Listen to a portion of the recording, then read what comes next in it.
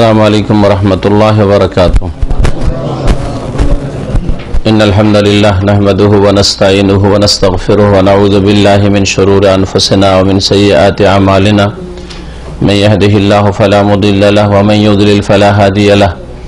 وأشهد أن لا إله إلا الله وحده لا شريك له وأشهد أن محمدا عبده ورسوله صلى الله تعالى عليه وعلى آله وصحبه وسلم تسليما كثيرا. أما بعد فقد قال المؤلف وحفظه الله تعالى أحكام الغسل وهو استعمال الماء في جميع البدن على صفة مخصوصة يأتي بيانها والدليل على وجوبه قول الله تعالى وإن كنتم جنبا فطهروا. মহান আল্লাহর সমস্ত প্রশংসা যে আল্লাহ পাক রব্বুল আলামিন পাক পবিত্র এবং তিনি বান্দার পবিত্রতা পছন্দ করেন। আল্লাহ পাক রব্বুল আলামিন মানুষের অন্তরের পবিত্রতা অর্জনের জন্য ঈমানের নির্দেশ দান করেছেন, যে ঈমানের মাধ্যমে মানুষের হৃদয় পরিষ্কার হয়, পরিচ্ছন্ন হয়। আর আল্লাহ পাক রব্বুল আলামিন মানুষের শরীরের, মানুষ যেসব জায়গায় বসবাস করে, মানুষ যেসব বস্তু ব্যবহার করে, কাপড় চোপড় ইত্যাদি, সেগুলি পরিষ্কার করার জন্য আল্লাহ পাক রব্বুল আলামিন পানির ব্যবস্থা দিয়েছেন। কখনো গোসলের মাধ্যমে পবিত্রতা অর্জন করতে হয়, আর কখনো ওযুর মাধ্যমে পবিত্রতা অর্জন করতে হয়। ওযুর সম্পর্কে আমাদের আলোচনা বিস্তারিত হয়েছে। আজকের বিষয়বস্তু হচ্ছে গোসল সম্পর্কে। গোসল কখনো কখনো ফরজ, আর কখনো সুন্নাত, আর কখনো মুস্তাহাব। ফরজ গোসলগুলি আজকে বিশেষভাবে আলোচনা করা হবে। কি কি কারণে গোসল ফরজ হয়, এই বিষয়গুলি আজকে বিস্তারিত ইনশাআল্লাহ তাআলা, এবং গোসলের নিয়ম পদ্ধতি বিস্তারিত, উত্তম গোসল আর সর্বনিম্ন গোসল, যেই গোসল কমপক্ষে ফরজ গোসলের ক্ষেত্রে করতে হবে, এই বিষয়গুলি ইনশাআল্লাহ তাআলা আলোচনা করব।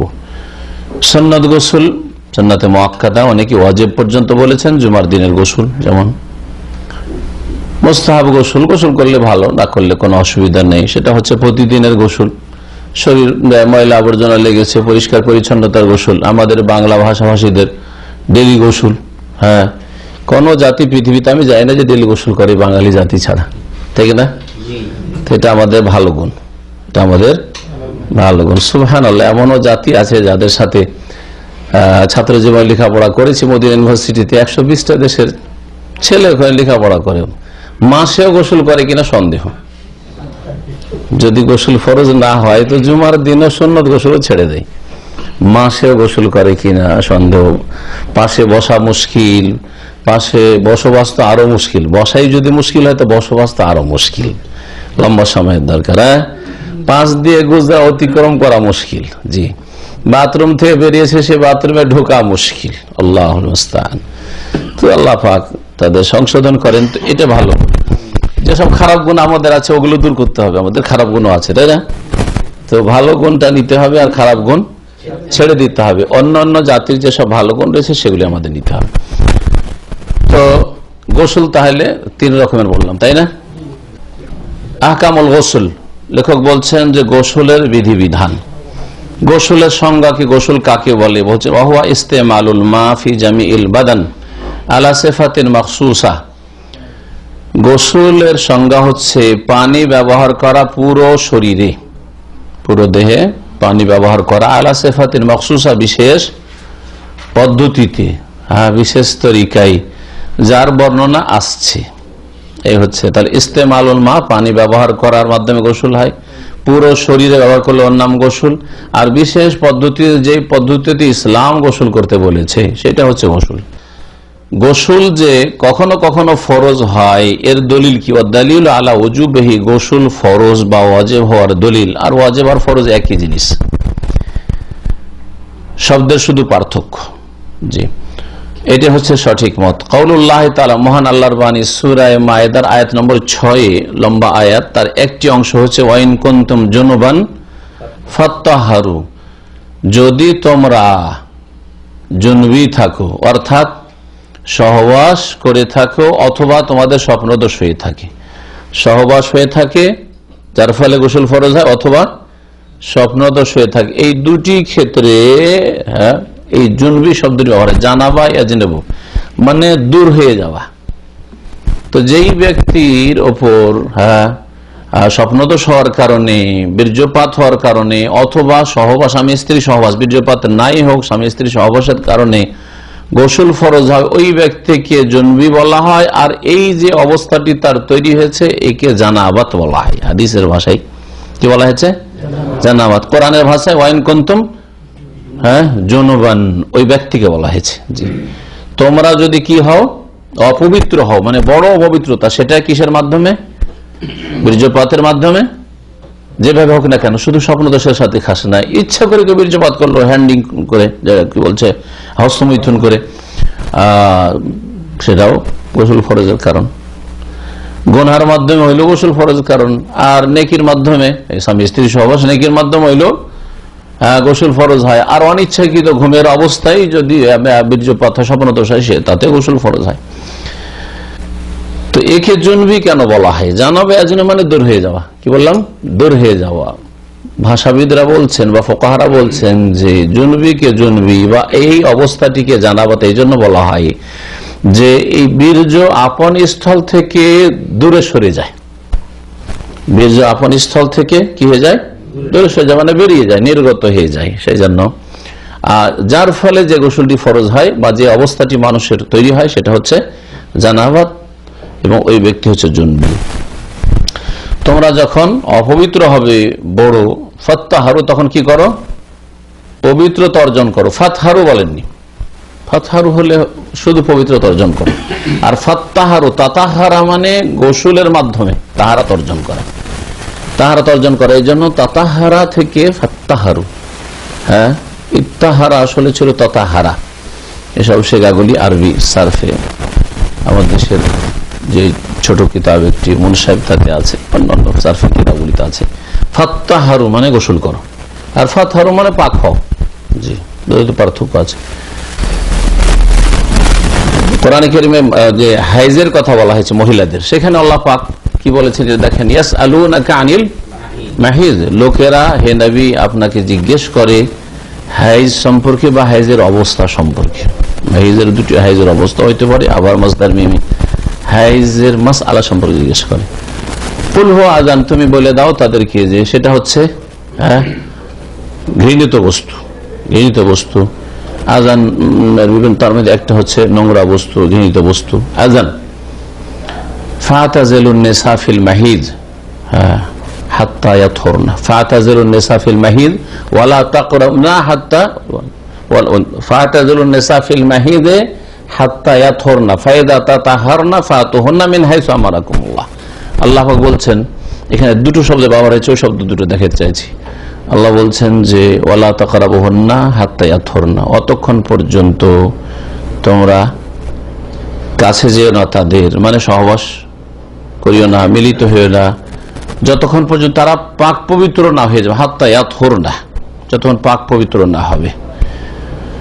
পাক পবিত্র হলো মানে হাইজ বন্ধ হয় এখানে, তাই মাসিক ঋতু বন্ধ হওয়াকে বলা হয়েছে। ফায়দা তাতাহারনা, অতঃপর তাতাহারা। দেখেন প্রথমটা ছিল ফাতহারনা, আর তারপরে ফায়দা তাতাহারনা, যখন তারা পবিত্রতা অর্জন করে নেবে, মানে গোসল করে নেবে, গোসল করার মাধ্যমে পবিত্র হবে ওই মহিলারা, ঋতুবতী, ঋতু বন্ধ হয়েছে এখন। ফাতুহুন্না মিন হাইসু আমারাকুমুল্লাহ, তখন তাদের কাছে আগমন করো যেভাবে আল্লাহ তোমাদেরকে নির্দেশ দান করেছেন, বা যেখানে আসার আগমনের আল্লাহ পাক নির্দেশ দান করেছেন। তাতাহারনা, ওখানে তাতাহারা আছে, আর এখানে দেখেন কি আছে, ফাত্তাহারু, পবিত্রতা অর্জন করো। তাহলে ইত্তাহারা বা তাতাহারা মানে হচ্ছে গোসল করা। এই জন্য মাসিক ঋতু বন্ধ হওয়ার পরে গোসলের আগে সহবাস জায়েজ নয়। এই মাসলা অনেক মুসলিম জানে না, অনেক নামাজিরাও জানে না। মানে মাসিক বন্ধ হয়ে গেছে, গোসল তো করতেই হবে, ওকে গোসল করতে হবে, তাই সহবাসও করে নেই, এক গুলি দিয়ে দুই শিকার। এই মূর্খতায় অনেকে লিপ্ত, না জানার কারণে মাসলা মাসাইল, আর এই গুনহায় লিপ্ত। হ্যাঁ, কথা বুঝতে পারছেন? জি। ফাত্তাহারু তার মানে গোসল করতে হবে। কি করতে হবে? গোসল করতে। ফাত্তাহারু মানে ফাগতাসিলু, ফাত্তাহারু মানে ফাগতাসিলু। তারপর লেখক বলছেন মুজিবাতুল গোসল সিত্তাতু আশিয়া, গোসল ফরজ হওয়ার কারণ, শাব্দিক অর্থ বললাম মুজিব মুজিবের জমা হচ্ছে মুজিবাত, মানে গোসল আবশ্যককারী ফরজকারী বিষয়গুলি। হ্যাঁ, তো গোসল আবশ্যককারী বিষয় মানে গোসল ফরজ হওয়ার সেগুলি হচ্ছে কারণ। এই জন্য ভাব অর্থ বলা যে গোসল ফরজ হওয়ার কারণ হচ্ছে 6টি। কয়টি? 6টি কারণে মানুষের গোসল ফরজ হয়। শুনে রাখেন ভালো করে। জি, কয়টি মনে আছে আপনাদের? বলতে পারেন? হ্যাঁ, আজকে বিনা পড়াতে দেখি এতদিন যেটা জানেন, কারণ আপনাদের উপরে এই অবস্থাগুলি তো তৈরি হতে পারে। কেউ বলবেন একটা দুটো করে 2-4 মিনিট আপনার শরীক হন। কি কারণে গোসল ফরজ হয়? সহবাসের কারণে, স্বপ্নদোষের কারণে, দুটা হইল। আর অন্য কেউ? দুটা, দুজন। হ্যাঁ, হাইজের কারণে। হাইজের অবস্থাতে না হাইজ বন্ধ হইলে? বন্ধ হইলে। হ্যাঁ, হাইজ মাসিক বন্ধ হইলে। হ্যাঁ, এটা তো বলা হয়েছে স্বপ্নদোষ। স্বপ্নদোষ মনি বীর্য নির্গত হয়। কি কথায়? হ্যাঁ, সহবাসে বীর্য নির্গত হোক আর নাই হোক, ওটা হয়ে গেছে, ওটা হয়ে গেছে। হ্যাঁ, হাইজের সাথে আর একটা 4 নম্বর হইল নেফাস। হ্যাঁ, আর কিছু? নতুন মুসলিম হইল। আচ্ছা, 5টা করে দিয়েছেন, মাশাআল্লাহ, কাজ করে দিয়েছেন, একটা শুধু বাকি। হ্যাঁ হ্যাঁ হ্যাঁ, মারা গেলে। হ্যাঁ, তো মৃত ব্যক্তির গোসল তো কি করে গোসল করবে? তো মারাই গেছে, ওর উপরে গোসল ফরজ হয়েছে, কি করে গোসল করবে না? ওটাই আর কি, ইসলাম কবুল করার মধ্যে মুরতাদ হোক আর যাই হোক একই ওটার মধ্যে। 6টা হয়ে গেছে, 4টা হয়ে গেছে মৃতদেহ। হ্যাঁ, ঠিক আছে, ওটা ঠিক আছে, শুধু ওকে একটু করলাম, পরীক্ষা করছি। যেহেতু মারা গেল তোর উপর গোসল ফরজ হইলো, করবে কি করে? গোসল করাইতে হবে। মৃতের যারা অভিভাবক তাদের উপর ফরজ একে গোসল করা। জি হ্যাঁ, কিন্তু ওর উপর ফরজ আছে গোসল। জি, একটু আগে বললাম না যে সুন্নাতে মুআক্কাদা, কি শুনলেন? হ্যাঁ, খেয়ে ফেললেন সাথে সাথে। তাহলে 6টা পুড়িয়ে দিয়েছেন। এখন দলিল। হ্যাঁ, দলিল বলি শোনেন তাহলে। যখন 6টা, তবে সবাই মিলেমিশি করি কাজ, হারি জিতি না হিলাজ। কেউ জানেন একটা, কেউ দুটো, কেউ জানেন না, সব চলে গেল ঘরে। হ্যাঁ, আল আউয়াল, প্রথম হচ্ছে খুরুজুল মানি মিন মাখরাজিহি, বীর্য নির্গত হওয়া আপন স্থান থেকে। মিনা যাকারে, পুরুষের হোক, আবিল উনসা, অথবা নারীর হোক। এর দ্বারা বোঝা গেল যেমন পুরুষদের বীর্য হয় তেমনি নারীদের বীর্য হয়। যদিও অনেকে টের পায় না, পুরুষদের মতো এত বেশি নয়, পুরুষদের মতো এত বেশি স্বপ্নদোষ হয় না, কিন্তু তাদের স্বপ্নদোষ হতে পারে। বীর্য নির্গত হওয়া, সেই বীর্য নির্গত হওয়া স্বপ্নে হোক, যেমন একটু আগে বললাম না, অথবা ইচ্ছা করে হোক তার। হ্যাঁ, জি হ্যাঁ। ওয়ালা ইয়াখলু খুরুজুল মানি ইম্মা আন ইয়াখরুজা ফি হালিল ইয়াকাযাতি আও হালিন নওম। বলছেন যে বীর্য নির্গত হওয়া 2 অবস্থার যে কোনো অবস্থায় হতে পারে।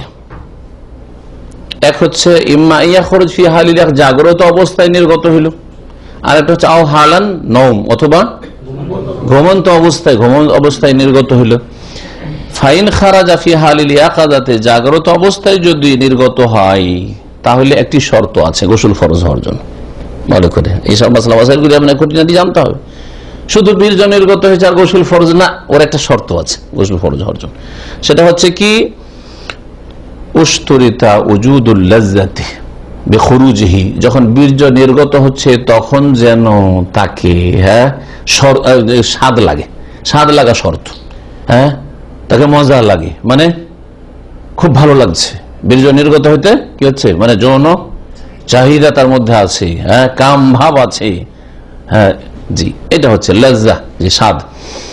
ফাইন খারাজা, এই শর্ত লাগানো হয়েছে, তাহলে বোঝা গেল যদি বীর্য নির্গত হওয়ার সময় কোনো স্বাদ পাচ্ছেন না, অসাড়ও তাই যেটাকে বলা হয় বাংলায়, কিছু টের পাচ্ছে না, বীর্য বেরিয়ে গেল, কোনো মজাও লাগলো না তাকে, কোনো তার মধ্যে সেক্সও নেই, কিচ্ছু নেই।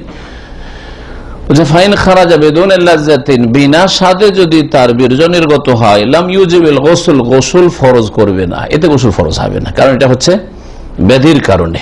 জি, এই হচ্ছে কাল্লাযী ইয়াখরুজু বিসাবাব মারাদ, যেমন যার ব্যাধির কারণে বীর্য নির্গত হয়, আও আদামে ইমসাকিন, অথবা ধরে রাখার ক্ষমতা নেই সেই জন্য।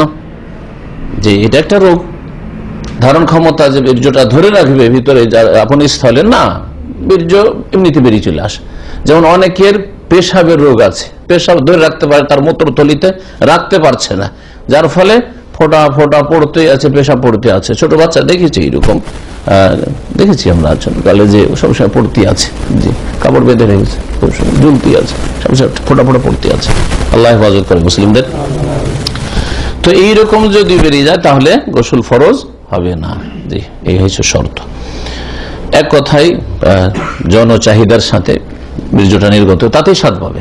আর যদি চাহিদা না থাকে তার মানে স্বাদ পায় না সে। ওয়াইন খারাজা ফি হালিন নওম, আর ঘুমন্ত অবস্থায় যদি বীর্য নির্গত হয়, ওয়াহুয়া মা ইউসাম্মা বিল ইহতিলাম, যেটাকে স্বপ্নদোষ বলা হয়। এটা কি বলা হয়? স্বপ্নদোষ বলা হয়। ওয়াজাবাল গোসল মুতলাকান, তাহলে গোসল ফরজ। গোসল ফরজ তাহলে সর্ব অবস্থায় গোসল ফরজ। হ্যাঁ, নির্গত হওয়ার সময় বুঝতে পারুক আর নাই পারুক। সর্ব অবস্থায় বলতে একটা অবস্থা বলি, কখন স্বপ্নদোষ হয়েছে কিছুই জানেন না। ফজরে যখন জাগছে দেখছে কাপড় ভিজা ভিজা, কাপড় ভিজা তো কিসে ভিজলো, পেশাবে ভিজলো না বীর্যতে স্বপ্নদোষ হয়েছে, দেখছে যে না আটা আটা শক্ত হয়ে আছে, তার মানে এটা মনি বীর্য। কাপড় দেখে বুঝতে পারলো, কিন্তু একটু মনে নেই যে তার বীর্য নির্গত হয়েছে, তো জানতে পারেনিও, বোঝা গেছে না? গোসল ফরজ কিন্তু, কারণ ঘুমন্ত অবস্থায় হতে পারে স্বাদ পেয়েছে, কিন্তু এত গভীর ঘুমে ছিল স্বাদ বুঝেইনি, বুঝা গেছে? এই জন্য সেখানে আর স্বাদ উপলব্ধি করলো কি করলো না, আর তার মধ্যে জন্য চাহিদা ছিল কি ছিল না সেটা শর্ত নেই ঘুমের অবস্থা হলে। আর একটা হচ্ছে স্বপ্নদোষ হচ্ছে ওই সময় ঘুম হালকা হয়ে গেছে আর স্বাদ পাচ্ছি, হ্যাঁ তার মধ্যে শেখ আছে, যৌন চাহিদা আছে, বুঝতে পারছে, সেই অবস্থাতে গোসল ফরজ। এই জন্য বললাম সর্ব অবস্থায় গোসল ফরজ যদি ঘুমন্ত অবস্থায় বীর্য নির্গত হয়।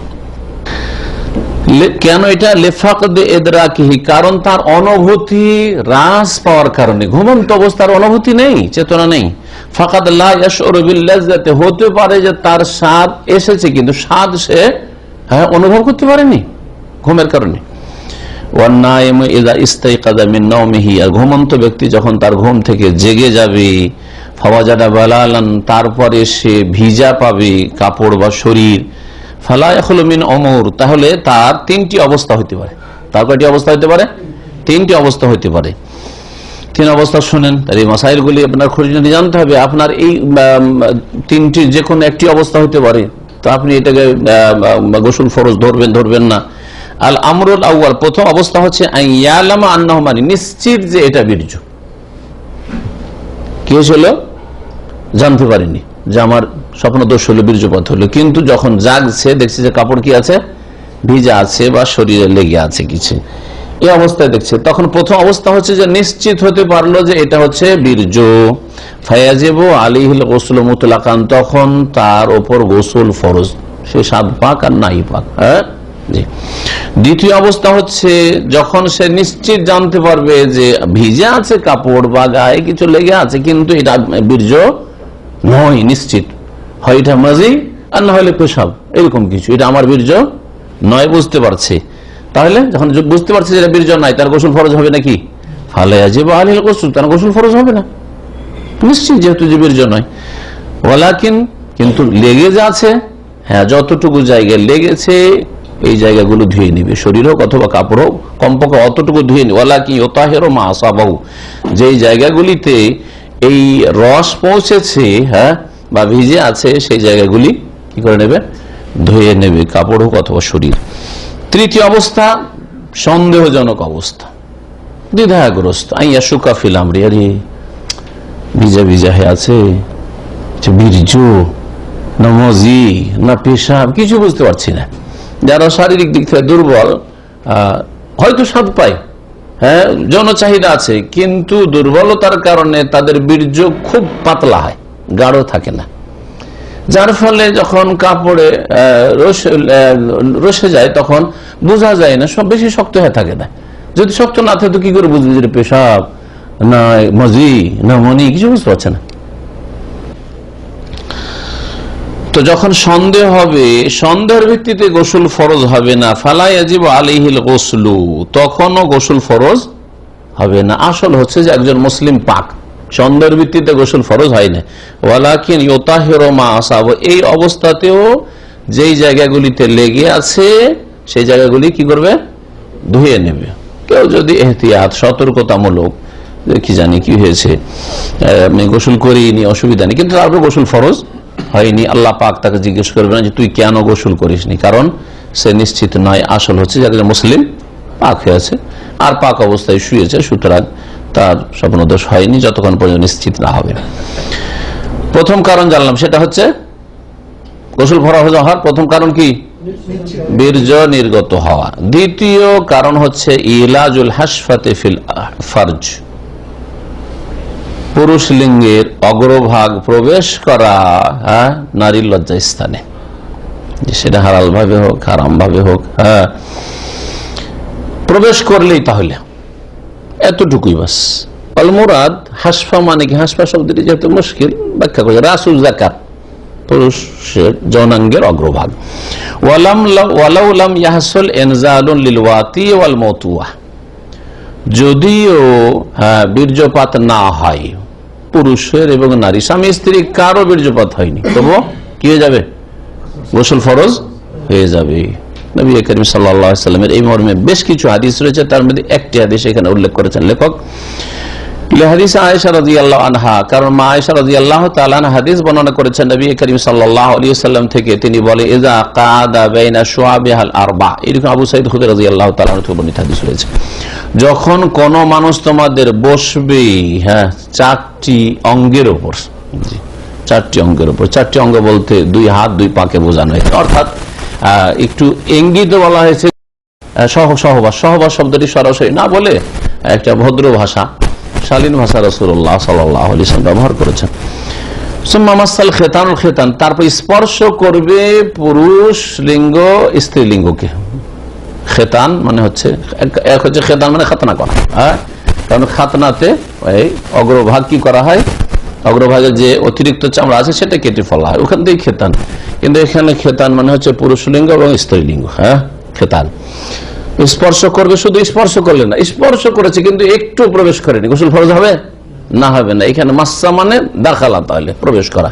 কারণ একটি হাদিস আর এক হাদিসের ব্যাখ্যা করে ইজাল তাকাল খেতানুল খেতানা, ইজা জাওয়াজাল খেতানুল খেতানা, এইভাবে বিভিন্ন হাদিসগুলি রয়েছে।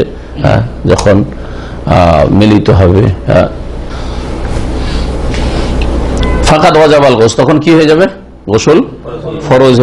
মুসলিম, সহিহ মুসলিমের হাদিস, ইমাম মুসলিম বর্ণনা করেছে। অফিল লাফজিন, আর একটি বর্ণনা রয়েছে সহিহ মুসলিমের, ওয়াইন লাম ইউনজিল, যদিও বীর্যপাত না হোক, পরস্পর মিলিত হয়েছে, পুরুষ লিঙ্গ স্ত্রী লিঙ্গে প্রবেশ করেছে, শুধু অগ্রভাগ এতটুকু, এই নামিয়ে নেয় একটু না, গোসল ফরজ হয়ে গেছে, গোসল ফরজ হয়ে গেছে, এক সেকেন্ডের জন্য গোসল ফরজ হয়ে গেছে। জি, ওয়াইন লাম ইউনজিল, যদিও বীর্যপাত না হোক না কেন। তৃতীয় কারণ গোসল ফরজ হওয়ার, বলছেন ইসলামুল কাফির, অমুসলিম কাফেরের ইসলাম গ্রহণ করা। এই হচ্ছে অনেক ফুকাহা ওলামাদের মত, কিন্তু আরেক দল এর বিপরীত, তাদের বক্তব্য, তারা বলছে যে না, ইসলাম কবুল করলেই গোসল ফরজ, এর অকাট্য শক্ত দলিল কিছু নেই। যদি তার উপর গোসল ফরজ না থাকে, তারপর যদি গোসল ফরজ না থাকে, তারপর গোসল ফরজ থাকা মানে এমন অমুসলিম আছে গোসল করে এসছে বা গোসল করে, প্রতিদিন গোসল করে, অথবা কমপক্ষে ওরা জানে যে সহবাস হলে গোসল করতে হয় বা স্বপ্নদোষ হলে গোসল করতে হয়, এইরকম তাদের দেশে রীতিনীতি আছে, অমুসলিমদের মধ্যে এরকম থাকতে পারে না। তো এইরকম যদি হয় যে নাপাক হয়ে নেই, বড় নাপাকি নেই কোন অমুসলিমের, আর ইসলাম কবুল করতে এসছে, তো তার গোসল ফরজ হবে কি হবে না, এই মর্মে ফুকাহাদের দুটি মত রয়েছে। একই মত ইমাম আহমদ আরো অন্যান্য ফুকাহাদের রয়েছে, যে মতটিকে এখানে প্রাধান্য দেওয়া হয়েছে, সতর্কতামূলক গোসল করিয়ে নেওয়া ভালো। তবে যারা বলেছেন যে গোসল ফরজ নয়, তাদের দলিল শক্তিশালী। কেন? নবী করিম সাল্লাল্লাহু আলাইহি ওয়াসাল্লামের কাছে হাজার হাজার কাফের এসে মুসলমান হয়েছে, শুধু একটা দুটো সাহাবীর ক্ষেত্রে পাওয়া যাচ্ছে যে অমুক গোসল করে আসেন, অমুকে গোসল করে আসতে বললেন, কিন্তু বাকিগুলো কেন পাওয়া যাচ্ছে না? তাহলে প্রত্যেকটার ক্ষেত্রে পাওয়া যাচ্ছে, যেমনই কালেমা পড়তে আসলে যাও গোসল করে এসো, কালেমা পড়তে আসলে যাও গোসল করে এসো, কেন পাওয়া যাচ্ছে না? শত শত একসাথে আসছে আর ইসলাম গ্রহণ করছে, এইরকম হয়েছে মক্কা বিজয়ের পরে। কোথায় এর দলিল যে প্রত্যেকে যাও গোসল করে এসো তারপর কালেমা পড়ো? বোঝা গেছে। যার ফলে যারা ওই বক্তব্য পেশ করেছেন ফিকহে, তাদের দলিলকে উড়িয়ে দেওয়া যায় না, আর প্রত্যেকের গোসল ফরজ করা যায় না, নিশ্চিত নয় বিষয়টি, আল্লাহু আ'লাম। তবে সতর্কতা, যদি বলেন যে গোসল করে নেন ভালো, জিজ্ঞাসা করে নেন যদি দেখা যায় যে জানি না যারা হিন্দুদের পাশে বসবাস করে তাদের খবর রাখতে, কেউ যদি খবর, হিন্দুরা কি স্বপ্নদোষে গোসল করে অথবা স্বামী স্ত্রী সহবাস করে গোসল করে, এগুলো দেখার বিষয়। বা ইহুদি খ্রিস্টানের পাশে যারা বসবাস করে তারা কি স্বপ্নদোষে গোসল করে, অনেকে কোম্পানিতে একসাথে খ্রিস্টানদের সাথে ফিলিপিনদের সাথে কাজ করেন, তাদের কাছে এই নলেজ থাকতে পারে, যদি থাকে যে তাদের দেশে রীতিনীতি আছে যে স্বপ্নদোষে গোসল করা, তাহলে আসলে হচ্ছে যে গোসল করে নাই তারা। কিন্তু যদি দেখা যায় যে এসব অমুসলিম গুলো স্বপ্নদোষ হলেও গোসল করে না, সহবাস হলেও গোসল করে না, তাহলে গোসল করে আসতে বলতে, কারণ এখনই কলেমা পড়বে তারপরে তাকে নামাজ পড়তে হবে, তাই না? তাহলে তো গোসল লাগবে তার। ইসলামুল কাফের, কাফের ইসলাম গ্রহণ করা যে কোনো ধর্মের হোক না কেন, অথবা মুরতাদ নাস্তিক হোক না কেন, ফায়দা আসলাম আল কাফের, সুতরাং যখন কাফের ইসলাম গ্রহণ করবে ওয়াজাবা আলাইহিল গোসল, তার উপর গোসল ফরজ হবে। কেন? দলিল দিয়েছেন এখানে দুটো লেখক। লিআন্না নবী সাল্লাল্লাহু আলাইহি ওয়াসাল্লাম আমারা কাইস বিন আসিম লাম্মা আসলামা বিল গোসল, নবী করিম সাল্লাল্লাহু আলাইহি ওয়াসাল্লামের কাছে এসে যখন কাইস বিন আসিম নামক সাহাবী ইসলাম গ্রহণ করলেন, পরে সাহাবী হইলেন, ইসলাম গ্রহণ করার আগে তো আর সাহাবী ছিলেন না, পরে সাহাবী হইলেন। লাম্মা আসলামা, যখন ইসলাম গ্রহণ করলেন তখন তাকে নির্দেশ দিয়েছে কিসের? বিল গোসল, গোসলের হুকুম করে, যাও গোসল করে আসো। রাওয়াহু আবু দাউদ ওয়া নাসাই ওয়া তিরমিজি ওয়া হাসানাহু, আবু দাউদে আছে, তিরমিজিতে আছে, নাসাইতে আছে, এবং তিরমিজি হাদিসটিকে হাসান বলেছেন, সুন্দর সনদের হাদিস। ওয়াকাযা, আর অনুরূপ হাদিস রয়েছে মুসনাদ আহমদ, মুসনাদ আব্দুর রাজ্জাকি, আমারা সুমামা ইবনে ওসালিন বিল গোসল লাম্মা আসলামা। প্রসিদ্ধ ঘটনা, সহিহ বুখারীতে মুসলিমেও রয়েছে এই হাদিস, কিন্তু সেখানে গোসলের হুকুমটা নেই, আর এখানে গোসলের হুকুম করেছে রাসূলুল্লাহ, এই কথাটি মুসনাদ আহমদে রয়েছে। সেজন্য হয়তো লেখক মুসনাদ আহমদ এবং মুসান্নাফ আব্দুর রাজ্জাকের বরাত দিয়েছেন, রেফারেন্স দিয়েছেন, না হলে হাদিস সহিহ বুখারীতে রয়েছে। আমরা যখন মিশকাত পড়ি তখন এই হাদিসটি, এত সুন্দর হাদিস মুখস্থ করেছিলাম, লম্বা হাদিস, 10-12 লাইন, তারপর মুখস্থ করেছিলাম।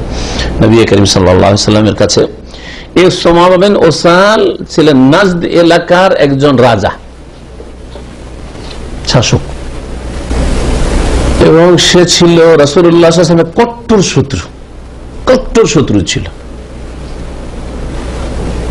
যখন সে কাফের ছিল তখন মদিনায় নাজদ এলাকায় গম টম হইতো, কিছু হইতো, একটা দানা যাতে মদিনায় না যায়, এত কট্টর দুশমন ছিল, খুব শত্রু ছিল। নিজেই স্বীকার করেছে যখন বন্দী হলো। নবী সাল্লাল্লাহু আলাইহি ওয়াসাল্লামের কিছু সাহাবায়ে কেরাম অভিযানে বেরিয়েছিলেন, বেরিয়ে যাওয়ার পরে একে পেয়ে যাবো, যাচ্ছিল উমরা করতে, আর রাস্তায় পেয়ে গেছে। নাজদ এলাকা মানে হচ্ছে রিয়াজ কাসিম, এই এলাকা, রিয়াজ থেকে কাসিম, এই উঁচু এলাকা। আমাদের দেশে বরিন্দ্র এলাকা বলে না, যেটা হচ্ছে বরিন্দ্র সেটা হচ্ছে নাজদ। নাজদের আর আরবি শব্দের তর্জমা হচ্ছে বাংলাদেশে বা পশ্চিমবঙ্গে বরিন্দ্র এলাকা, উঁচা এলাকা, কোনোদিন বন্যার পানি উঠে না, আমাদের ডিস্ট্রিক্ট আছে এরকম কিছু এলাকা। তো সাহাবীরা ধরে নিলেন, ধরে নিয়ে গিয়ে হাজির করলেন রাসূলুল্লাহ সাল্লাল্লাহু আলাইহি ওয়াসাল্লামের সামনে। রাসূলুল্লাহ সাল্লাল্লাহু আলাইহি ওয়াসাল্লাম বললেন যে একে মসজিদ নববীর খুঁটিটা বেঁধে দাও। তখন জেলখানা নেই, কোথায় রাখবে? হ্যাঁ, মসজিদই জেলখানা, মসজিদে হচ্ছে আদালত, হ্যাঁ, মসজিদে হচ্ছে পার্লামেন্ট, হ্যাঁ, মসজিদই সবকিছুই। মসজিদ হচ্ছে মাদ্রাসা, মসজিদ হচ্ছে ইউনিভার্সিটি, হ্যাঁ, মসজিদ হচ্ছে ইবাদতের জায়গা, মসজিদ সমস্ত ভালো কাজের জায়গা, গঠনমূলক কাজের জায়গা। জি, মসজিদ হচ্ছে জিকির আজকার তাসবিহ তাহলিলের জায়গা, কোরআন তেলাওয়াতের জায়গা। সুবহানাল্লাহ, হচ্ছে মসজিদের ভূমিকা ইসলামে। তো বেঁধে দেওয়া হলো। রাসূলুল্লাহ সাল্লাল্লাহু আলাইহি ওয়াসাল্লাম প্রতিদিন সকালবেলা যখন তার পাশ দিয়ে অতিক্রম করতেন মসজিদ, তখন বলতেন, মাযা ইন্নাকা ইয়া সুমামা, সুমামা তোমার কি খবর? প্রথম ছিল সে কট্টর দুশমন, যেহেতু বলছে ইন তাকতুল জাদাম, যদি আপনি আমাকে খুন করার নির্দেশ দেন, যে কে খুন করে দিতে হবে, তাহলে এই রক্তের মূল্য দিতে হবে। তাকতুল জাদাম ওয়াইন তুনইম ওয়ালা শাকির, আর যদি আপনি অনুগ্রহ করেন আমাকে ছেড়ে দেন, তাহলে কৃতজ্ঞ হব, শুকরগুজার হব, ছেড়ে দেবে, ভালো আপনার শুকরিয়া আদায় করবো, নুন খেয়ে গুণ গাইব। ওয়াইন তুরিদুল মাল, আর পয়সা লাগবে আমার মুক্তিপণ, আমাকে ছাড়ার জন্য যদি পয়সা চান, ফাসআল তুতা মিনহু মা চান, কত টাকা লাগবে দেব। রাসূলুল্লাহ সাল্লাল্লাহু আলাইহি সাল্লাম এই কথাটা জিজ্ঞেস করতেন, উত্তরটা এই পেতেন। প্রথম দিন এরকম হলো, দ্বিতীয় দিন এইরকম জিজ্ঞেস করলেন, তৃতীয় দিন জিজ্ঞেস করলেন, এরকমই জবাব। কিন্তু তার মধ্যে নম্রতা এসছে, ভাষায় নম্রতা এসছে, কথায় নম্রতা এসছে। রাসূলুল্লাহ সাল্লাল্লাহু আলাইহি ওয়াসাল্লামের উত্তম চরিত্র দেখেন। কট্টর শত্রু, দুশমন নবীকে কোন জায়গায় পেলে মোটেই বেঁচে থাকতে দেবে না পৃথিবীতে। নবী সাল্লাল্লাহু আলাইহি ওয়াসাল্লাম বলছেন, আতলিকু সুমামা, সুমামাকে ছেড়ে দাও, বাঁধা আছে ছেড়ে দাও, রশি খুলে দাও। ছেড়ে দেওয়া হয়। ও তো চলে আসতে পারতো নিজের রাজধানীতে ফিরে, বা যেখানে ওমরা করতে যাচ্ছে চলে যেতে পারতো। ছুটে গেল একবারে কূপের কাছে, কুয়ার কাছে, মসজিদের আশেপাশে কুয়া ছিল একটা, ওই কুয়ার কাছে সরাসরি গেল, গোসল করলো, আর গোসল করে আসার পরে মসজিদ নববীতে ঢুকলো আর বলল, আশহাদু আল্লা ইলাহা ইল্লাল্লাহ ওয়া আশহাদু আন্না মুহাম্মাদান রাসূলুল্লাহ। তারপরে বলছেন, আল্লাহর কসম করে বলছি যে এই ভূপৃষ্ঠে, এই জমিনের উপর আপনার চেহারার চাইতে আবগাজ, বেশি ঘৃণিত চেহারা আর কোন ছিল না। সবচাইতে ঘৃণিত চেহারা আর সবচাইতে বড় দুশ্মন চেহারা আপনার চেহারা ছিল। ফাআসবাহাল ইয়াওমা আহাব্বাল ওজুহে কুল্লিহা, আজকে আপনার চেহারা আমার কাছে সবচেয়ে বেশি প্রিয়। দুশ্মন যখন দোস্ত হয় তো ঠিক ওই রকমই। আর নবী করিম সাল্লাল্লাহু আলাইহি সাল্লামের এই দাওয়াতের কাজ যেসব ভাইয়েরা করবে, যেসব বোনেরা করবে, তাদের সাথে এইরকমই হবে। আমাদের বহু দুশ্মন আছে যারা দেখতে পারতো না, কথা শুনতে পারতো না, নামটা পর্যন্ত শুনতে পারতো না, আর কত যে গাল দিয়েছে। তাদের কাছে তাদের হেদায়েতের পরে আমরা অনেক প্রিয়, যদিও আমাদের এমন কোনো মর্যাদা নেই, আমরা একজন সাধারণ মানুষ, ঠিক না? তারপর আল্লাহ পাক রব্বুল আলামিনের দ্বীনের কাজ যা আম্বিয়া রসুলগণ করেছেন, শেষ নবী মুহাম্মদ রাসূলুল্লাহ সাল্লাল্লাহু আলাইহি ওয়াসাল্লাম করেছেন দাওয়াত এবং তাবলীগের কাজ। ইসলাম কোরআন সুন্নাহ তাবলীগ, আবার তাবলীগ বলতে আবার বুঝে নিয়েন না যে একটা কিতাব হাতে নিয়ে আল্লাহ ফাজাইল আমলের, আর বলছে এতেই হক সীমিত রয়েছে। আজকে দেওবন্দ থেকে এমন ফতোয়া দেওয়া হয়েছে তাবলীগ জামাত সম্পর্কে যে এটি হচ্ছে গুমরাহ দল। যদি কাউকে শুনতে হয় আমার কাছে হোয়াটসঅ্যাপে আজকে এক শেখ পাঠিয়েছেন, জাযাহুল্লাহ খায়ের, উর্দু ভাষাতে আছে, সুবহানাল্লাহ, যে তারা কত গুমরাহিতে চলে গেছে। তো কথা হচ্ছে যে যখন দাওয়াত তাবলীগ বলবো মানে কোরআন সুন্নাহর দাওয়াত তাবলীগ। দাওয়াত তাবলীগ যখন বলবো মানুষকে ডাকা, দাওয়াত মানে তাবলীগ মানে পৌঁছানো, এটা হচ্ছে আল্লাহ এবং রসুলের কথা পৌঁছানো, সেটা হচ্ছে ওহীর কথা পৌঁছানো। ফাজাইল আমল আর তাবলীগি নিসাব একটা কোর্স আছে তাদের, তাতে শিরক আছে, বিদআত আছে, স্বপ্ন আছে, কিচ্ছা কাহিনী আছে, জালিয়াত আছে, আর তার মধ্যে কিছু সহিহ হাদিস আছে, আয়াত আছে, সব মিলে জগা খিচড়ি। এই তাবলীগ করে কোনোদিন নাজাত পাওয়া যাবে না, কারণ এটা রাসূলুল্লাহ সাল্লাল্লাহু আলাইহি ওয়াসাল্লামের তাবলীগ নাই। তো বলছিলাম যে যারা দ্বীনের দাওয়াতের কাজ করেন, তাওহীদ থেকে শুরু করেন, সুন্নাত থেকে শুরু করেন, আল্লাহর দিকে ডাকেন, নবীর দিকে ডাকেন, অন্য কারো দিকে ডাকেন, আমি নিজের দিকে ডাকি না। যদি কেউ ডাকে আমিও ডাকি তো আমি গুমরাহ। কেউ যদি নিজের ব্যক্তির দিকে ডাকে তাহলে সে গুমরাহ, পথভ্রষ্ট। কোন দিকে ডাকবে? আদউ ইলাল্লাহি আলা বাসীরা, আল্লাহ বলছেন আল্লাহর দিকে ডাকতে হবে এবং আল্লাহ রাসূলের দিকে ডাকতে হবে। ইযা কিলা তাআলাউ ইলা মা আনজালাল্লাহু ওয়া ইলার রাসূল, যখন বলা হয় মুনাফিকদেরকে যে আসো আল্লাহর দিকে, আল্লাহ যা নাযিল করেছেন সেই দিকে আসো, ওয়া ইলার রাসূল, রাসূলের দিকে আসো, তার রাসূলের সুন্নতের দিকে আসো, রাসূলুল্লাহ সাল্লাল্লাহু আলাইহি ওয়াসাল্লামের জীবদ্দশায় রাসূলুল্লাহ সাল্লাল্লাহু আলাইহি ওয়াসাল্লামের খেদমতে আসো আর শিখো তার কাছ থেকে। আর তার ইন্তেকালের পরে রাসূলের হাদিসের কাছে এসো, রাসূল যে আমানত ছেড়ে গেছেন কোরআন এবং সুন্নাহ ওহী ছেড়ে, তার কাছে আসো। রাআইতাল মুনাফিকিনা ইয়াসুদ্দুনা আনকা সুদুদা। তো মুনাফিকদের চরিত্র হচ্ছে যে আমরা হাদিসের কথা মানবো না, দলিলের কথা মানবো না, কোরআন সুন্নাহর কথা মানবো না, কি মানবো? বাপ দাদার ধর্ম মানবো। এটা হচ্ছে মুনাফিকের চরিত্র, মুনাফিকের চরিত্র। তো বলছে কোরআন সুন্নাহর দিকে ডাকতে হবে, এটা হচ্ছে দাওয়াত তাবলীগ। কি বলছিলাম যে দাওয়াত তাবলীগ যারা করে তারা, তাদের অনুভূতি আছে, তাদের কত শত্রু যে ঘনিষ্ঠ বন্ধু হয়েছে, কত যে ভালোবাসে, সুবহানাল্লাহ। আর কত লোক যে ক্ষমা চেয়েছে। আমরা একেবারে সাধারণ পর্যায়ের মানুষ, সামান্য কিছু খেদমত করি ইসলামের, তাতে কত লোক যে আমাদের কাছে মাপ চেয়েছে দেশ বিদেশে বিভিন্ন জায়গায়, যে আমাকে ক্ষমা করে দিয়েন। সরাসরি সাক্ষাৎ করে অথবা টেলিফোনে অথবা বিভিন্ন মেসেজ দিয়ে কত যে ভাইদের মাধ্যমে আমাকে মাফ করেন। তার মধ্যে একজন হচ্ছেন ইন্তেকাল করেছেন গাড়ি দুর্ঘটনায় আমাদের দাম্মামে আব্দুস সামাদ ভাই, জি রাহিমাহুল্লাহ, কয়েক বছর আগে। অনেকে চেনেন না? তো এটা কোথায় থাকতো? দাল্লা সানাইবের কাছে থাকতো, তার আগে জলবিয়াতে থাকতো। এই লোক 35 বছর চরমনায়ের খাস খলিফা মুরিদ ছিল, একবারে খাস মুরিদ, একবারে এমনি মুরিদ না। সেই লোক হেদায়েত হওয়ার পরে ঈদের চাঁদ উঠেছে, মাগরিব পরে টেলিফোন করছে আমাকে সেই দিন, ওই বছরে সে নতুন হেদায়েত হয়েছে। আর আমার দাম্মাম আসার প্রায় 10-12 বছর পরে হেদায়েত হচ্ছে। শুনেছে, অনেকে তার কাছে পৌঁছেছে, কে তার কাছে প্রথম আমার বক্তব্যগুলো পৌঁছেছে তাও আমার কাছে আলোচনা করেছে, কিন্তু প্রথম দিকে শুনতো না আর গাল দিত, তারপরে শুনতে শুরু করলো, শুনতো, বিশ্বাস করতো, কিন্তু মানতে প্রস্তুত হইতো না। আরে এত বড় বড় বুজুর্গ দিনের ভুল করতে পারে। এইসব করতে করতে করতে আল্লাহ পাক হেদায়েত করলো। রমজান মাসে ইফতার ক্যাম্পে মাঝে মাঝে আসতো, আসার পরে চাঁদ উঠেছে ঈদ উল ফিতরের, আমাকে প্রথম মোবারকবাদ দিচ্ছে মাগরিবের প্রায় একটু পরেই, সালাদ থেকে বাসে গেছি, তো টেলিফোনটা উঠালাম, কি খবর? বলছে আপনাকে প্রথম ঈদ মোবারক বলছি আর আপনার কাছে ক্ষমা চাইছি।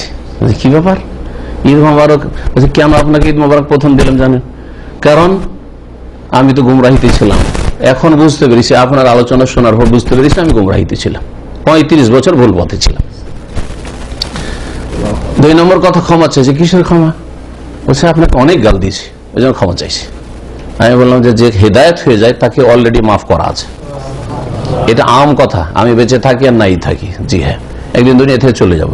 যে হেদায়েত হয়ে যাবে তাকে আমি ক্ষমা করে দিচ্ছি, কিন্তু যে হেদায়েত হবে না, গুমরাহির ওপর থাকবে আর গালমন্দ করবে, কিয়ামতে তার নেকি থেকে যদি আল্লাহ দেন তো সেটা আল্লাহ পাকের বিচার, জি। আর আমার গুনাহ যদি তার উপরে চাপিয়ে দেওয়া হয় সেটা আল্লাহ পাকের সুবিচার, ইনসাফ।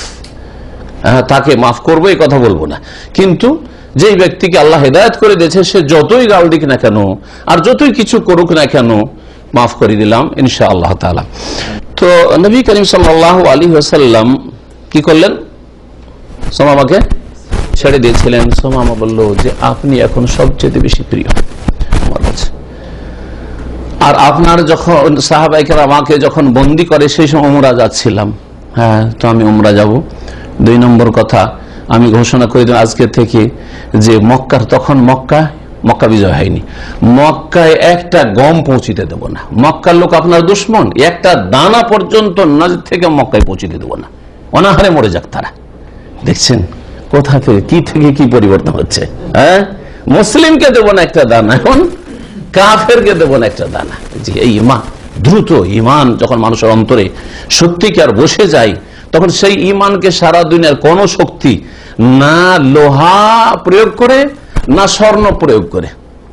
লোহা প্রয়োগ করে মানে অস্ত্রে দিয়ে চাপ সৃষ্টি করে, মারধর করে, আর স্বর্ণ মানে প্রলোভন দিয়ে। স্বর্ণ মানে কি? লোভ, এই যে দিব, তুমি ছেড়ে দাও। ইমান কেড়ে নিতে পারে না কেউ। জি, কিন্তু আজকাল মুসলিমদের ইমান খুব সস্তা হয়ে গেছে, 2-10 টাকাতে বিক্রি। কাফেরদের স্বার্থে কাজ করে অনেকে। জি, এখানে ওই লম্বা হাদিসের একটা অংশ কি আছে, ওই হাদিসে আছে যে তিনি চলে গেলেন গোসল করতে, সহিহ মুসলিম। কিন্তু এখানে আছে আমারা সুমামা ইবনে ওসালিন, সুমামা বিন ওসাল রাদিয়াল্লাহু তাআলা আনহুকে রাসূলুল্লাহ সাল্লাল্লাহু আলাইহি ওয়াসাল্লাম নির্দেশ দিলেন বিল গোসলে, গোসল কর, লাম্মা আসলামা, যখন সে ইসলাম গ্রহণ করেছিল। রাওয়াহু আহমদ, হাদিস মুসনাদ আহমদে রয়েছে, আর মুসান্নাফ আব্দুর রাজ্জাক একটি কিতাব রয়েছে।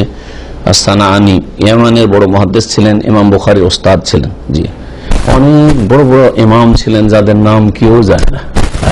যেসব ইমামের নাম যাচ্ছে তাদের চাইতে হয়তো বড় ছিলেন, কিন্তু তারা খ্যাতি লাভ করেননি, হয়তো খবর রাখেন না। আলেম ওলামারাই খবর রাখে যারা তাদের কিতাব থেকে উপকৃত হয়, জনগণ হয়তো জানেই না বা এমনি অল্প পড়ারও জানে না। তো হয়ে গেল তাহলে 3 নম্বর, যেটাতে কি রয়েছে, ইখতিলাফ রয়েছে। তাহলে ইসলাম গ্রহণ করে গোসল ফরজ হয় কিনা, বা ইসলাম গ্রহণ করলে ইখতিলাফ রয়েছে। এখানে যেটা বলা হয়েছে সেটা হচ্ছে গোসল ফরজ হয়। সুতরাং আপনার কাছে কেউ যদি ইসলাম গ্রহণ করে গোসল করে নিতে বলেন, বিশেষ করে যদি নামাজের সময় চলে আসছে, জিজ্ঞেস করে নেন যে তোমার এর আগে যদি না পাকিয়ে থাকে তাহলে গোসল অবশ্যই করতে হবে। আর রাবিউল খামিস, 4র্থ এবং 5ম কারণ কিসের? গোসল ফরজ হওয়ার 4র্থ কারণ হচ্ছে হায়েজ, মাসিক ঋতু হওয়া এবং তারপরে বন্ধ হয়ে যাওয়া। বন্ধ হলে গোসল ফরজ হয়। আর 5ম কারণ হচ্ছে নেফাস, নেফাস আসা, নেফাস বন্ধ হওয়া। নেফাস বন্ধ হওয়া, কারণ নেফাস আসলো, বাচ্চা ভূমিষ্ঠ হইলো, তখন গোসল ফরজ, গোসল করে করবে কি, আবার তো রক্ত আসতে আছে, তাই না? তো যখন নেফাস বন্ধ হয়েছে, কতদিনে নেফাস বন্ধ হয়? কতদিনে বন্ধ হয়? কিছু বলছেন না যে 40 দিনে। যার বাচ্চা হয়নি ও জানে না, কিন্তু বাচ্চা হয়নি। জি হ্যাঁ হ্যাঁ বলেন। এইরকম কথা যাচ্ছেন না, যারা বিবাহিত অন্তত বাচ্চাটা আছে না নেই, বিবির খবরটাও নেন না যে তোমার রক্তটা কখন বন্ধ হইল। আশ্চর্য কথা আপনার। হ্যাঁ, দেশে থাকার খবর নেন না। হ্যাঁ, আপনার খবর ডেলি নিতে আছে, আর আপনার খবর নিতে হবে না যে তোমার ব্লিডিং কখন বন্ধ হইলো না হইলো, আপনার দায়িত্ব নেই। হতে পারে। আর অধিকাংশ মহিলা কিন্তু আমাদের দেশের রক্ত বন্ধ হয়ে যায়, কিন্তু মগজে জাহিলিয়াত ঢুক আছে। 40 দিন যে হয়নি নামাজ পড়ে না, 20 দিন যেতেই বা 15 দিনে রক্ত বন্ধ হয়ে গেছে, 40 দিনের আশায় বসে আছে, নামাজ টামাজ কিচ্ছু পড়ে না।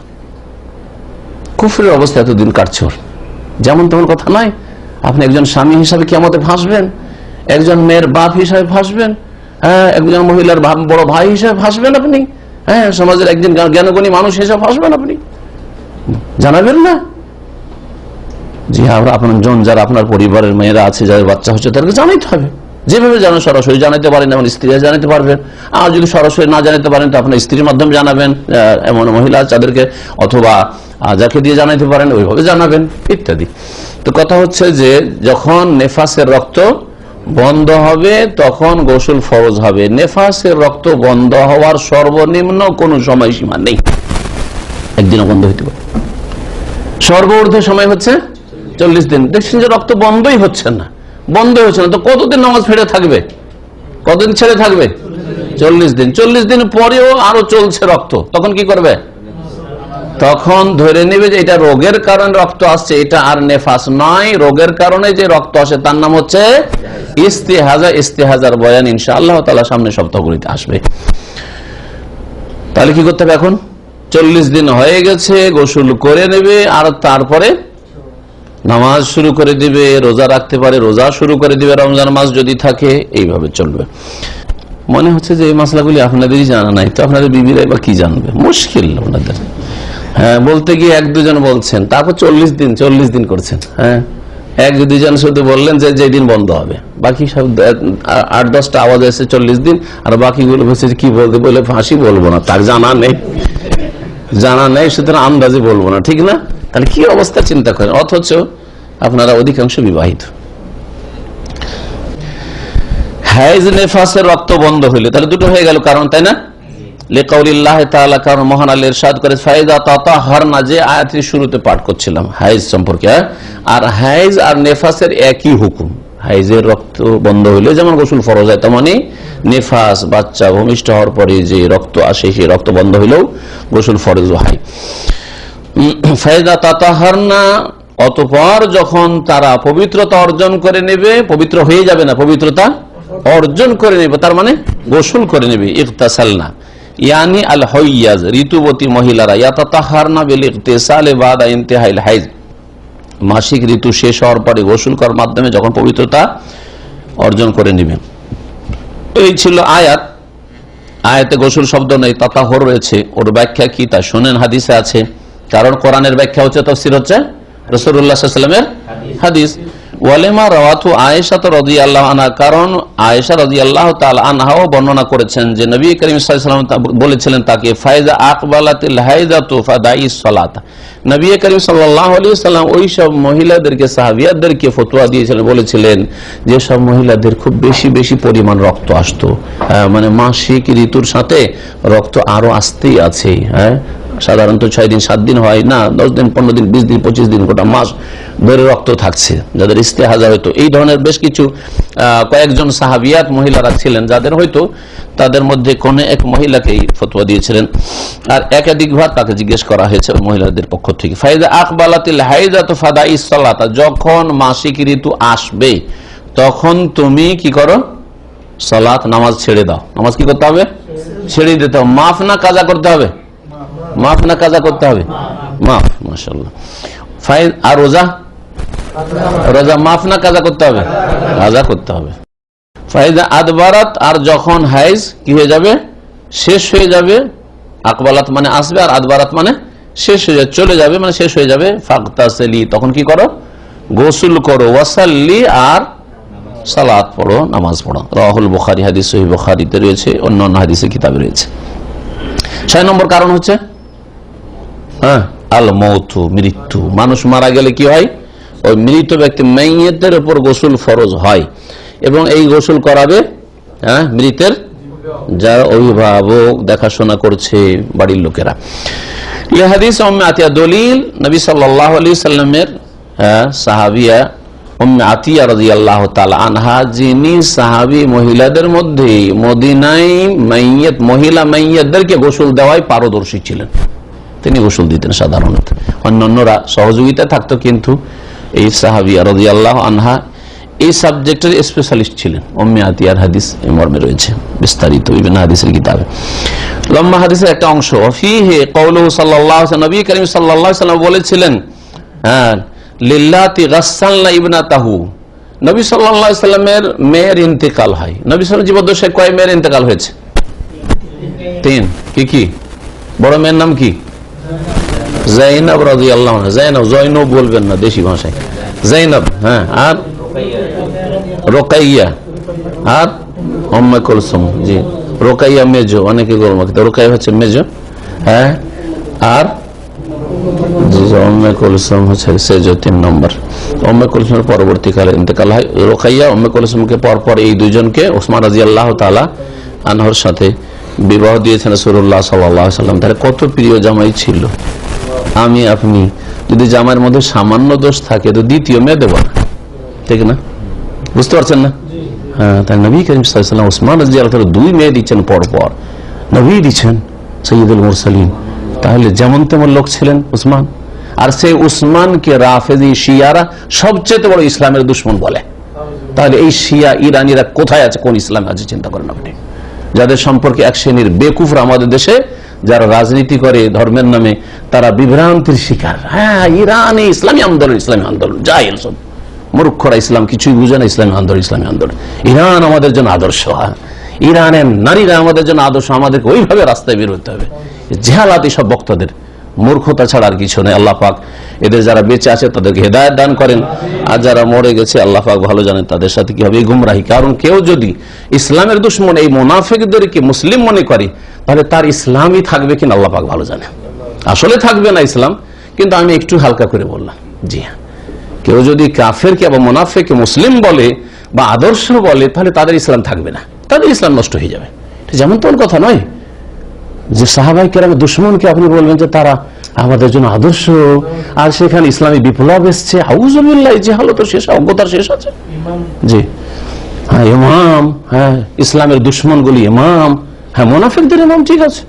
জি, মুনাফিকদের ইমাম, কাফেরদের ইমাম, তাদের ইমাম আছে, আমাদের ইমাম আছে, তাদের ইমাম আছে।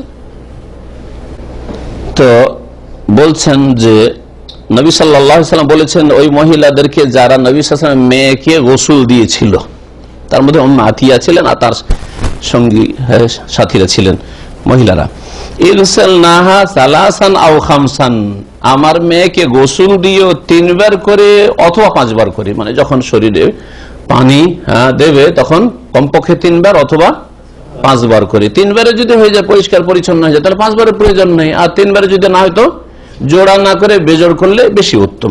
5 বারে যদি না হয় তাহলে 7 বার করবে। জি, আও আকসারা মিন যালিকা, অথবা এর চাইতে বেশি, মানে বেজোড় 7 বার। ইন রাআইতুন্না যালিকা, হাদিসে রয়েছে, যদি তোমরা এর প্রয়োজন মনে করো, দেখো যে আরো ধোয়া লাগবে, আরো ধোয়া লাগবে, তখন বেশি করিও। মুত্তাফাকুন আলাইহি, বুখারী মুসলিমের হাদিস। এখানেই শেষ গোসল ফরজ হওয়ার কারণগুলি এবং তার দলিলগুলি। গোসলের তরিকা, সিফাতুল গোসলে, গোসলের বিবরণ, গোসল কেমন করে করতে হবে। বলছিলেন গোসলের সিফাতান, গোসলের 2টো পদ্ধতি রয়েছে। একটা হচ্ছে বিস্তারিত, উত্তম, সবচেয়ে ভালো যে এইরকম করে গোসল করবেন সেটা ভালো করে জেনে নেন। আর কেউ যদি না জানে আর শর্ট সংক্ষেপও গোসল করে আর সেটা যথেষ্ট হয়ে যায়, সর্বনিম্ন গোসল, তাহলে তার ফরজ আদায় হয়ে যাবে। আউয়ালান, প্রথম হচ্ছে সিফাতুল গুসলিল কামিল, পূর্ণাঙ্গ গোসলের বিবরণ, একবারে পারফেক্ট গোসল যেটা, এর তরিকা পদ্ধতি, সেটা হচ্ছে ওয়াহুয়াল মুশতামিলু আলাল ওয়াজিবি ওয়াল মুস্তাহাবি, এমন গোসল যেই গোসলে আপনি ওয়াজিব কাজগুলিও করলেন আর মুস্তাহাব উত্তম কাজগুলি করলেন, সবগুলি, কোনোটাই ছাড়লেন না। এটা হচ্ছে পূর্ণাঙ্গ গোসল। সেটা শুনে নেন, তার তরিকাটা বিস্তারিত বলেছে। আইয়ান উইয়া বিকলবিহি, প্রথম অন্তরে কি করবেন? নিয়ত করবেন না, নাওয়াইতে পড়বেন, নাওয়াইতুল গোসলা লিরাফিল হাদাসে, হ্যাঁ, আবি ইস্তেবাহাতি সলাতে, হ্যাঁ, বিদাতীদের কিতাবাদিতে ওই চটি বটিতে সব কথা লেখা আছে। আমি গোসলের নিয়ত করছি আমার হদস দূর করার জন্য, হ্যাঁ জি হ্যাঁ, অথবা আমার নামাজকে মোবাহ করার জন্য, এখন তো আমি নামাজ পড়তে বাধা প্রাপ্ত, তো নামাজ যেন আমার জন্য জায়েজ হয় পড়াটা, সেটার জন্য। সব কথা তাতে বানানো কথা না। আল্লাহ শিখিয়েছেন না, রসুল শিখিয়েছেন না, 4 খোলাফা শিখিয়েছেন না, কোন এক সাহাবী শিখিয়েছেন না, 4 ইমাম আবু হানিফা, শাফি, মালিক, আহমদ শিখিয়েছেন না, তার ছাত্ররা শিখিয়েছেন, কেউ শেখান। বুঝা গেছে? এগুলো একেবারে স্পষ্ট বিদআত। নামাজের নিয়ত পড়া, রোজার নিয়ত পড়া, গোসলের নিয়ত পড়া, উজুর নিয়ত পড়া, কোন কাজের নিয়ত পড়া, সবগুলি হচ্ছে বিদআত। এই সম্পর্কে বহুবার বলেছি, আশা করি আপনারা নিজেদের সংশোধন করবেন।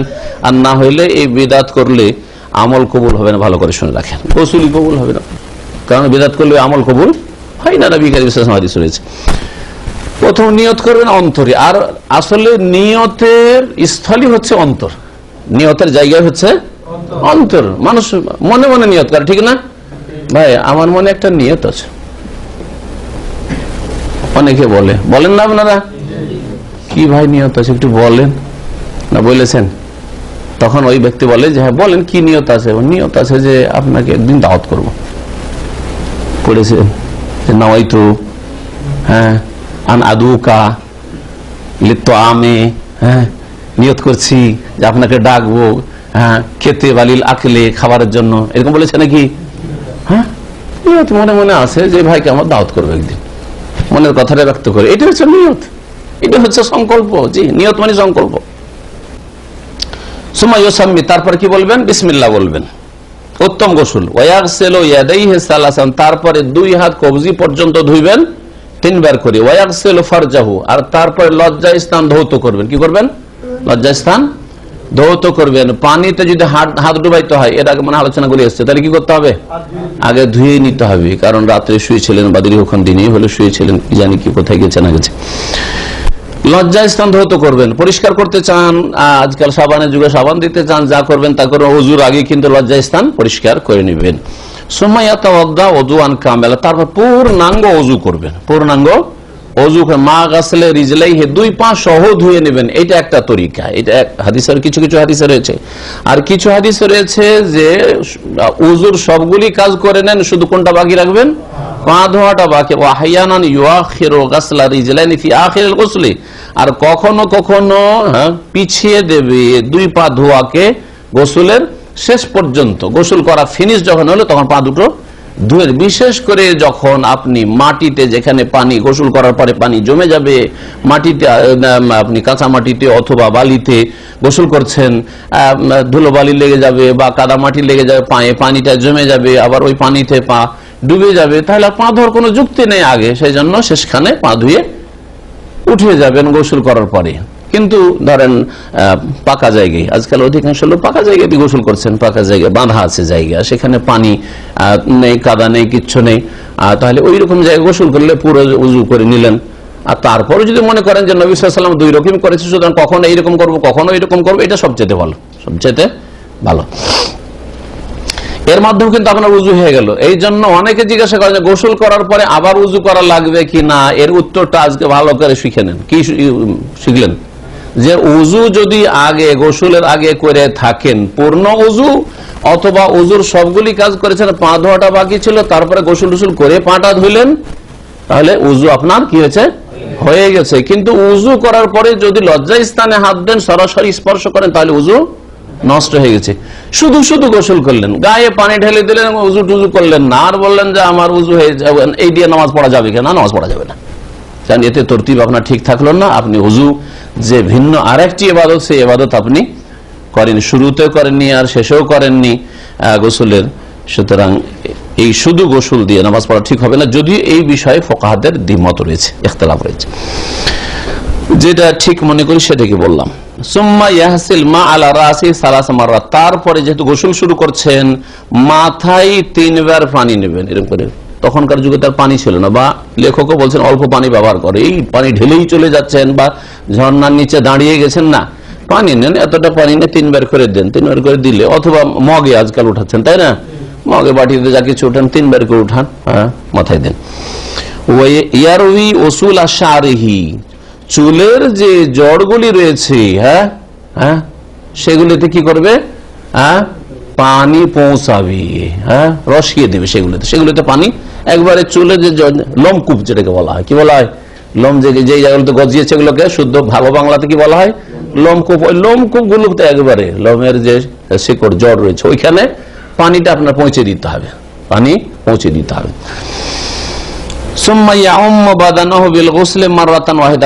তারপরে পুরো শরীরে পানি ঢালবে, যাতে করে পুরো শরীরের সব জায়গাতেই পানি পৌঁছে যায়।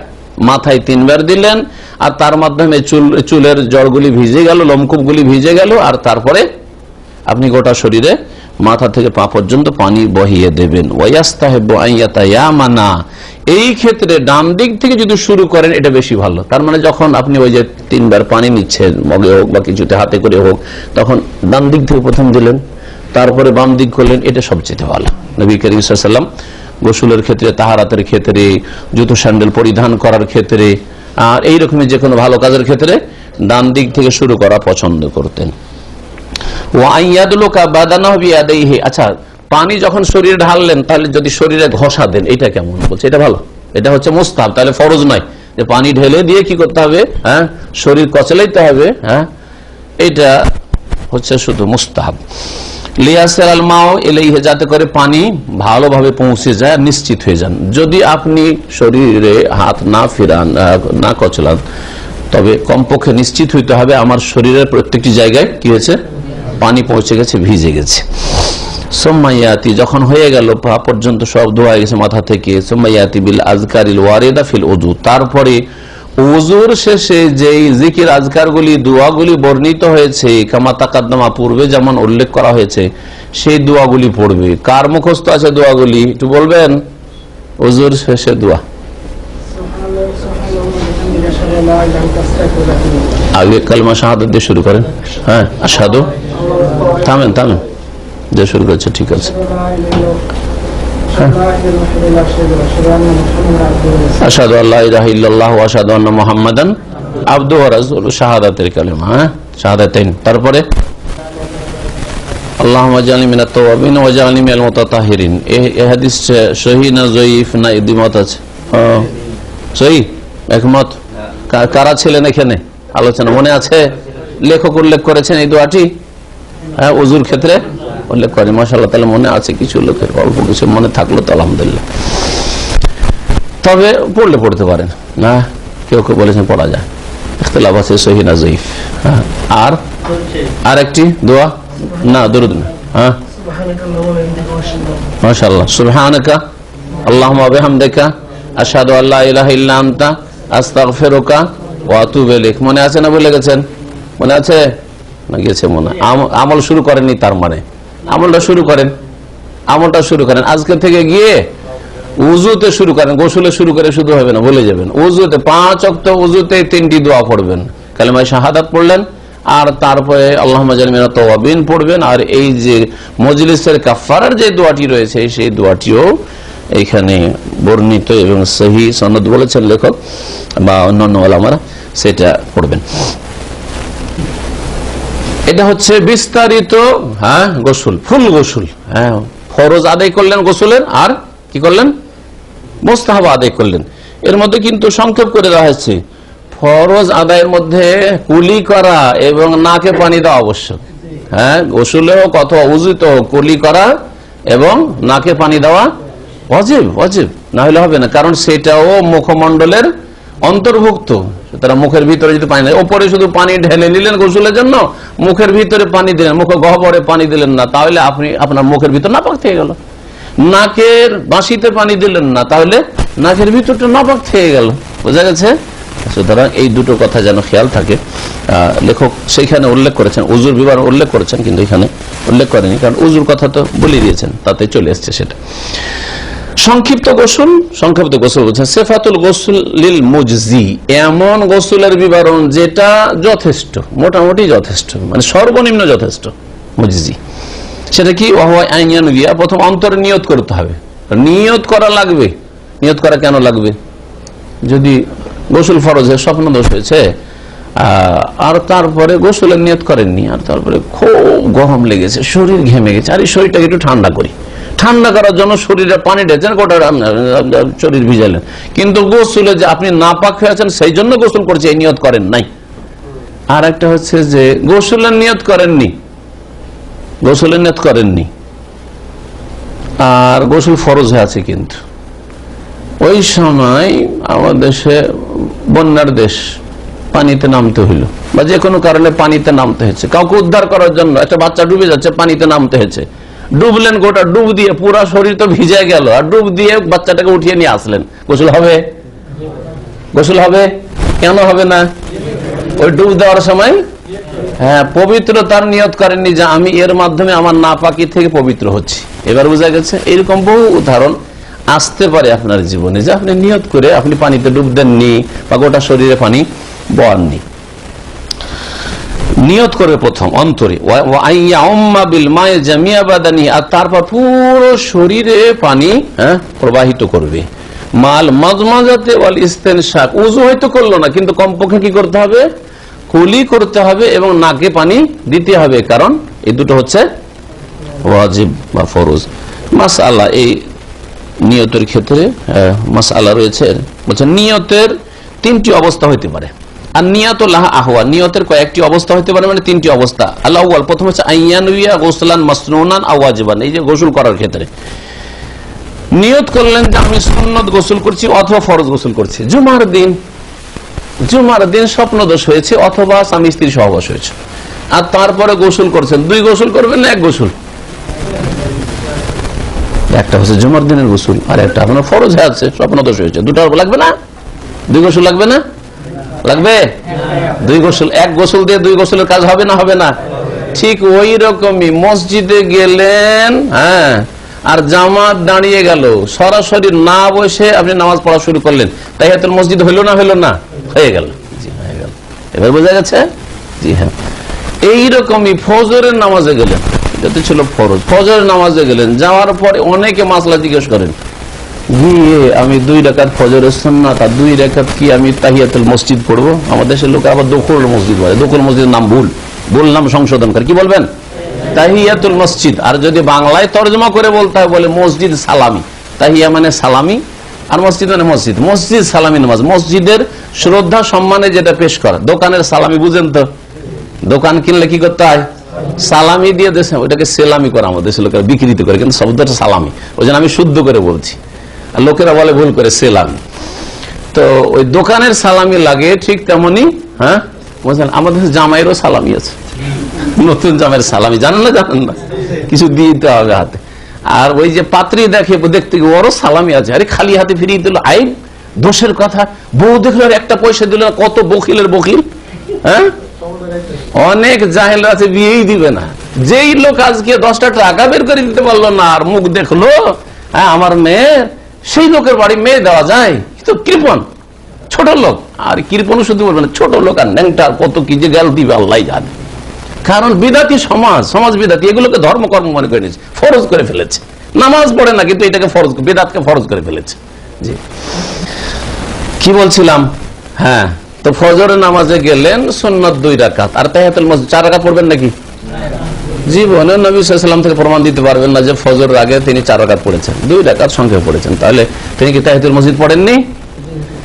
ওই 2 রাকাতেই দুটোই নিয়ত করেছেন। মসজিদে পড়লে দুটোই নিয়ত, বাড়িতে পড়লে সেটা আলাদা কথা। বাড়িতে বাসাতে আপনি সুন্নাত পড়ে চলে এসেছেন, আর তারপরে মসজিদে আসলেন, এখনো জামাত দাঁড়ায়নি, তাহলে কি করবেন? এখন আপনার যেহেতু সুন্নাত আদায় হয়ে আছে, তাহলে শুধু নিয়ত করবেন কিসের?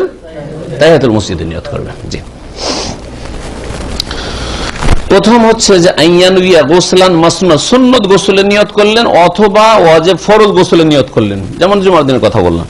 ফায়ুজিউ আহাদুহুমা আনিল আখার, একটা নিয়ত করলে আর একটার জন্য যথেষ্ট হবে। জুমার দিন আপনি জুমার দিনের গোসলে নিয়ত করেছেন, কিন্তু স্বপ্নদোষ হয়ে আছে, দুটোই কাজ হয়ে গেল, নিয়ত দুটোর করেন আর নাই করেন।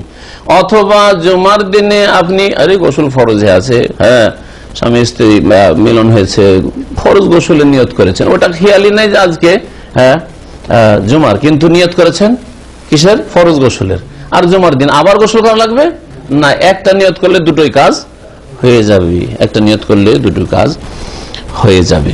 সানি দ্বিতীয় অবস্থা হচ্ছে নিয়তের আইয়ান ফিহা রাফা আল হাদাইসাইনি আল আকবার ওয়াল আসগার, বড় নাপাকি ছোট নাপাকি দুটোই দূর করার জন্য গোসল করছে, অথবা আবিল হাদাস মুতলাকা নাপাকি দূর করার জন্য, ও ছোট না বড়ই কথা বলেনি, আমি নাপাকি দূর করার জন্য গোসল করছি, আবিস সালাত অথবা নামাজ পড়ার জন্য গোসল করছি, কোরআন তেলাওয়াতের জন্য গোসল করছি, তাহলে বড় নাপাকি ছোট নাপাকি দুটোই কি হয়ে যাবে? দূর হয়ে যাবে। একজনের উজু নেই, তাহলে ছোট নাপাকি আছে, আর গোসল ফরজ হয়ে আছে, গোসল করার সময় উজু করলো আর সাথে সাথে কি করলো? হ্যাঁ গোসল করলো, গোটা শরীরে পানি আমরা প্রবাহিত করলো, তাহলে তার কি হয়ে যাবে? দুটোই কাজ হয়ে যাবে। কি জন্য গোসল করছি? একটু নামাজ পড়বো সেই জন্য গোসল করছি, অথবা কোরআন তেলাওয়াত করবো সেই জন্য গোসল করছি, হ্যাঁ এহরাম বাঁধবো সেই জন্য গোসল করছি। সুন্নত কিনা? এহরাম বাঁধার আগে গোসল করা সুন্নত, এটাও সুন্নত। তো এই সুন্নত গোসল করছে আর ওই সময় গোসল ফরজ হয়ে আছে, হতে পারে কেউ মিকাতে রেস্ট করছিল, হতে পারে না, হতে পারে এরকম পরিস্থিতি মিকাতের আশেপাশে যারা বসবাস করে, এক গোসল দিয়ে ফরজ গোসল আদায় হলো, আর তার হ্যাঁ এহরামের পূর্বে গোসল হইলো, এক গোসলই হয়ে গেল দুটো। জি, যদি দুই নাপাকি দূর করা অথবা শুধু নাপাকি অন্তরে নিয়ত করে, অথবা নামাজ পড়ার নিয়ত করে, কোরআন তেলাওয়াতের নিয়ত করে, তাহলে দুটোই নাপাকি দূরীভূত হয়ে যাবে। আর সালেস তৃতীয় অবস্থা